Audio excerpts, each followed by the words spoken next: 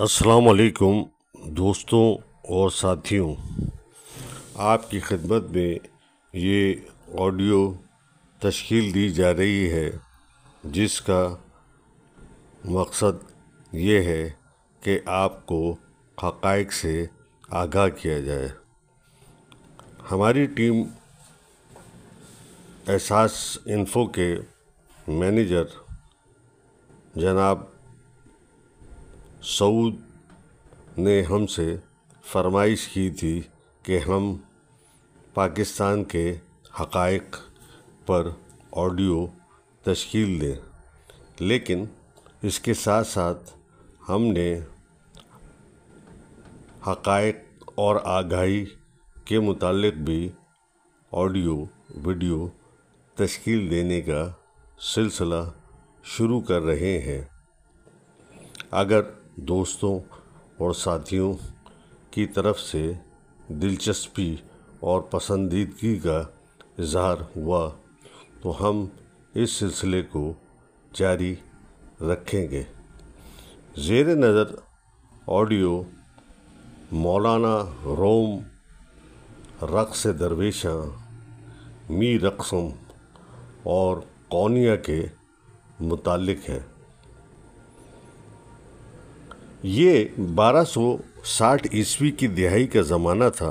منگول لشکر موجودہ ترکی کے شہر اور اس زمانے کے روم سلطنت کے مرکز قونیہ کا محاصرہ کیے ہوئے تھا۔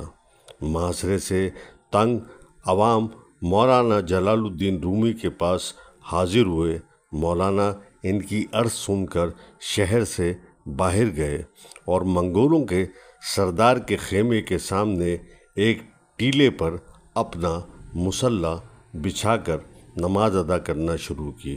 منگول سپاہیوں نے تیر مارنے کی کوشش کی مگر کئی اپنی کمانیں نہ کھینچ سکے۔ جنہوں نے کمانیں کھینچ لی انہوں نے طاق کر تیر مارے مگر سارے تیر ادھر ادھر نکل گئے۔ ان کے سردار کے ساتھ بھی یہی کچھ ہوا۔ یہ سب دیکھ کر منگول مرعوب ہو گئے اور محاصرہ چھوڑ کر چلے گئے۔ اگرچہ کہ واقعے کی تصدیق تاریخی طور پر مشکل ہے مگر چونکہ صوفیانہ روایتوں کے بارے میں خوش اعتقاد لوگوں نے اس کو قبول کر لیا ہے، اس لیے یہ واقعہ قبول ہی چلا آ رہا ہے۔ اس تمام واقعے کو ترک حکومت نے ایک قد آور پینٹنگ کی شکل میں مولانا کلچر سینٹر اینڈ میوزیم کا حصہ بنا دیا ہے۔ قونیہ میں موجود اس میوزیم میں لگ بھگ 12 کے قریب یہ قد آور پینٹنگز مولانا رومی کی زندگی کے بڑے واقعات کا احاطہ کرتی ہیں۔ ان میں مولانا کی خواجہ فرید الدین عطار سے ملاقات، شمس تبریز سے ملاقات، وفات سے پہلے کے مناظر اور جنازے کی صورتحال وغیرہ شامل ہیں۔ مولانا روم کی وفات 17 دسمبر 1273 کو قونیہ میں ہوئی۔ اس مناسبت سے ترک حکومت ہر سال 7 سے 17 دسمبر تک سرکاری طور پر رومی فیسٹیول مناتی ہے۔ مولانا کلچر سینٹر میں منعقدہ اس فیسٹیول میں باقی تمام لوازمات جیسے سووینیر، دستکاری، کیلی گرافی یا پینٹنگ کے اسٹال تو ہوتے ہی ہیں مگر اس کی خاص بات سماع یا رقص درویشاں ہے۔ یہ رقص درویشاں دن میں 2 مرتبہ منعقد کیا جاتا ہے۔ ایک رقص میں 27 درویش اور ایک شیخ حصہ لیتے ہیں۔ رقص کے آغاز میں ہر درویش پہلے اپنے شیخ سے ایک خاص انداز میں اجازت لیتا ہے، پھر اپنا رقص شروع کرتا ہے۔ ابتدا میں وہ اپنا دایاں ہاتھ بائیں شانے پر اور بایاں ہاتھ دائیں شانے پر رکھ کر گھومتا ہے۔ گھومنے کے دوران وہ اپنے بازو آہستہ آہستہ پھیلاتا ہے۔ بالآخر اس کا دایاں ہاتھ آسمان کی طرف اور بایاں ہاتھ زمین کی طرف اشارہ کرتا ہے، جبکہ گردن ایک طرف جھکی رہتی ہے اور اسی حالت میں وہ گھومتا چلا جاتا ہے۔ پس پردہ صوفیانہ موسیقی کا ایک بینڈ دف، رباب، قانون اور بانسری پر دھن بجاتا ہے۔ پورے رقص کے دوران بانسری کی آواز سب سے نمایاں ہوتی ہے، جو مولانا کی مثنوی کے ان ابتدائی اشعار کو ساز میں ڈھالتی ہے۔ بشنواز چون حکایت می کند از جدائی عاشقایت می کند که زنستان تا میرا بیرد اند در نفیرم مرد و زن و تالید اند۔ میں نے بانسری سن کیا حکایت بیان کرتی ہے، اپنی جدائیوں کی شکایت کرتی ہے کہ جب مجھ سے بنسلی سے کاٹا، میرے نالے سے سب مرد و زن روتے ہیں۔ رقص کا یہ انداز مولانا روم سے منسوب ہے، جو اکثر وجد کی حالت میں اسی طرح رقص کیا کرتے تھے۔ مولانا روم کی زندگی میں اس رقص کا آغاز کچھ یوں بیان کیا جاتا ہے کہ شمس تبریز سے جدائی نے مولانا کو بے قرار کر رکھا تھا۔ اس بے قراری میں وہ ایک دن گھر سے نکلے۔ راستے میں شیخ صلاح الدین زرکوب کی دکان تھی، جو اس وقت چاندی کے ورق کوٹ رہا تھا۔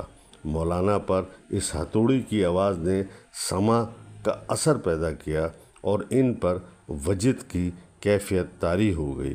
اسی وجد کی حالت میں مولانا نے یوں رقص شروع کر دیا۔ مولانا کی یہ حالت دیکھ کر شیخ اس طرح ورق کوٹتے رہے حتیٰ کہ بہت سی چاندی ضائع ہو گئی، لیکن ہاتھ نہ رکا۔ اس سماع کی حالت میں مولانا نے یہ غزل کہی: یکی گنج پدید آمد در این دکان زرکوبی، زہی صورت زہی معنی زہی خوبی زہی خوبی۔ زرکوبی کی دکان سے ایک خزانہ مل گیا، عجب صورت، عجب معنی، عجب خوبی، عجب خوبی۔ مولانا کی وفات کے بعد ان کے پیروکاروں نے رقص کا یہی انداز اپنایا۔ کسی زمانے میں سماع و رقص کا یہ انداز حقیقی درویشوں کا طور طریقہ ہوتا ہوگا، اور شاید آج بھی قونیہ کی گلیوں میں کہیں اصلی درویش پائے جاتے ہوں، مگر جہاں تک مولانا کلچرل سینٹر کا تعلق ہے، یہاں سماع کی یہ محفل ایک دکھاوا ہے، جو سرکاری سرپرستی میں مولوی رقص کے اس انداز کو ناظرین کے ذہنوں میں استوار کرتی ہے۔ رقص و سماع کی یہ محفل اگر کسی زمانے میں تصوف و طریقت کی راہ پر گامزن افراد کی ایک در پردہ سرگرمی تھی، تو آج یہ ترک حکومت کے لیے زر مبادلہ کا ایک بڑا ذریعہ ہے۔ جہاں مشرق و مغرب سے تصوف و طریقت کے دل دادا یہ رقص دیکھنے قونیہ آتے ہیں۔ آج اس رقص کو دیکھنے کے لیے ٹکٹ آن لائن ملتا ہے، اور جب آپ یہ ٹکٹ خرید کر مولانا کلچرل سینٹر پہنچتے ہیں تو اسکرٹ میں ملبوس نوجوان لڑکیاں آپ کا استقبال کرتی ہیں اور آپ کو ہال میں آپ کی نشست کی طرف رہنمائی کرتی ہیں۔ لیکن ایسا بھی نہیں ہے کہ تمام درویش جو اس رقص میں حصہ لیتے ہوں وہ ایکٹر ہوں، شاید کچھ اصلی بھی ہوں گے، مگر پھر سوال پیدا ہوتا ہے کہ راہ عشق و طریقت کے یہ مسافر اس مادیت میں لتھڑے بناوٹی رقص کا حصہ کیسے بن سکتے ہیں؟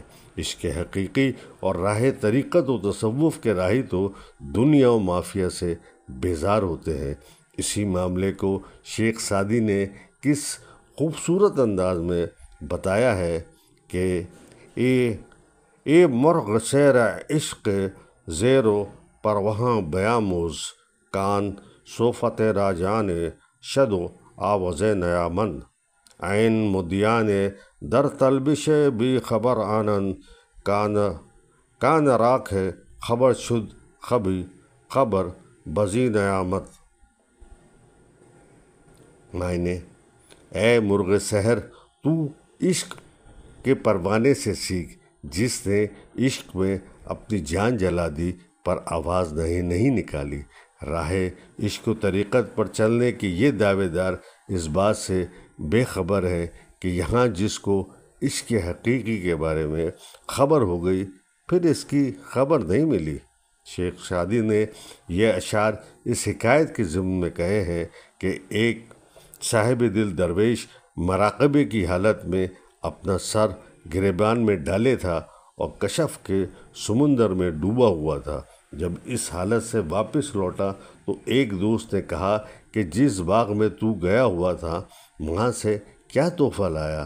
اس نے کہا کہ میرا خیال تھا کہ جب میں پھول کے درخت کے پاس پہنچوں گا تو دوستوں کے تحفے کے لیے دامن بھر لوں گا، مگر جب میں وہاں پہنچا تو پھول کی خوشبو نے مجھے ایسا مست کر دیا کہ دامن میرے ہاتھوں سے چھوٹ گیا۔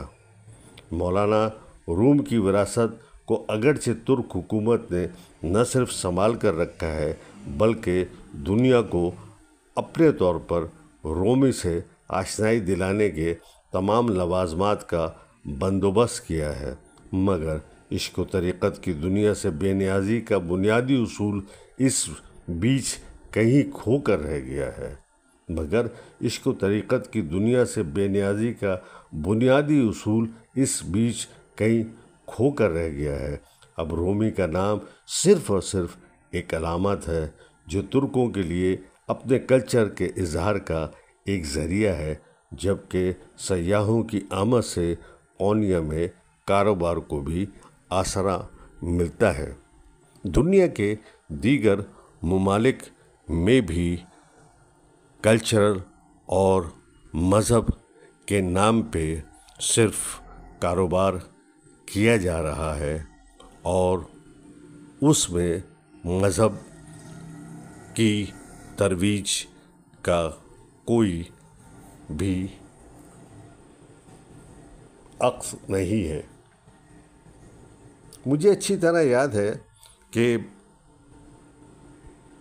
جامع کلاتھ مارکیٹ کے قریب بالکل سامنے ایک گلی یا روڈ تھا جس میں رنگریز بیٹھے ہوتے تھے جو دوپٹوں کو رنگ کرتے اور رنگین دوپٹے ہوا میں خشک کرنے کے لیے لہراتے تھے۔